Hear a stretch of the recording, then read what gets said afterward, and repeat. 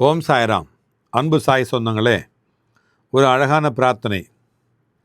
விமலா என்கின்ற ஒரு சகோதரி வீடூர் டேம் பகுதியிலிருந்து எழுதியிருக்கிறார். என்னவென்று சொன்னால், அப்பா, எனக்கு எனக்கு எந்த விதமான ஒரு வெற்றியும் இல்லை. என்னுடைய குடும்பத்தில் எப்பொழுதுமே நான் சோகத்தில் தான் ஆழ்ந்திருக்கிறேன். எனக்கு யாருமே துணை இல்லை என்று விமலா எழுதியிருக்கிறார்.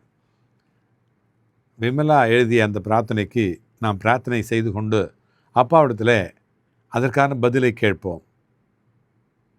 என் அன்பு செல்லமே விமலா, பயம் கொள்ளாதே. உனக்கு யார் இருந்தால் என்ன, யார் இல்லாமல் போனால் என்ன? நீ ஒரு புத்தகத்தை படிக்கிறாய். புத்தகம் என்பது, என்னுடைய சச்சரித்திரம் என்பது தொட்டு பார்த்தால் வெறும் காகிதம்தான். ஆனால் அதையே நீ தொடர்ந்து படித்து வந்தால் அதுவே உனக்கு பேராயுதமாக மாறும். நிச்சயமாக உன்னுடைய குடும்பத்தோடு இன்பமாக இருக்கப் போகிறாய். எதிரே நிற்பது யார் என்பது முக்கியம் இல்லை, எப்படி நீ எதிர்கொள்கிறாய் என்பதுதான் முக்கியம். அதுபோலத்தான் உன்னுடைய குடும்பம். வேண்டியதை பெற, வேண்டாததை விடு. உறுதியான மனிதருக்கு தோல்வி என்பது எதுவும் இல்லை. போகின்ற பாதையிலே கற்றுக்கொள்ள பாடங்கள் மட்டுமே உள்ளன. நம்பிக்கையே உனக்கு நேருகின்ற சகல நோய்களுக்கும் ஒரு மலிவான ஒரு மருந்து. அதுதான் நான் தருகின்ற மருந்து. பொறுமையாக காத்து கொண்டிரு.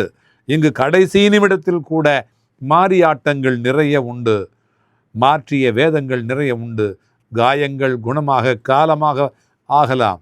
காத்து கொண்டிரு.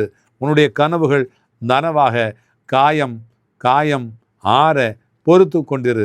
காலம் தாழ்த்தினாலும் உனக்காக படைக்கப்பட்டது கட்டாயம் உன்னை வந்து சேரும். அந்த சேருகின்ற நேரம் வரை காத்து கொண்டிரு. கற்றுக்கொள்ளாத பாடத்தை பாதிக்கின்ற பொழுது கற்றுக்கொள்கிறாய் நீ வேதனைப்படுகின்ற பொழுது கற்றுக்கொள்கிறாய் நீ. உன்னிடத்தில் இருப்பது இந்த நொடி மட்டும்தான். இந்த நொடியை நன்றாக அனுபவிக்க கற்றுக்கொள். நீ நன்றாக அனுபவிக்க கற்றுக்கொள். ஏனென்று சொன்னால் ஒவ்வொரு நொடியும் சொர்க்கமானது. நேற்று என்பதை திரும்பி வராது. இன்று என்பதுதான் உனக்கானது. நாளை விடியும், உன்னுடைய விடியல் விடியும். அல்லாஹ் மாலிக்.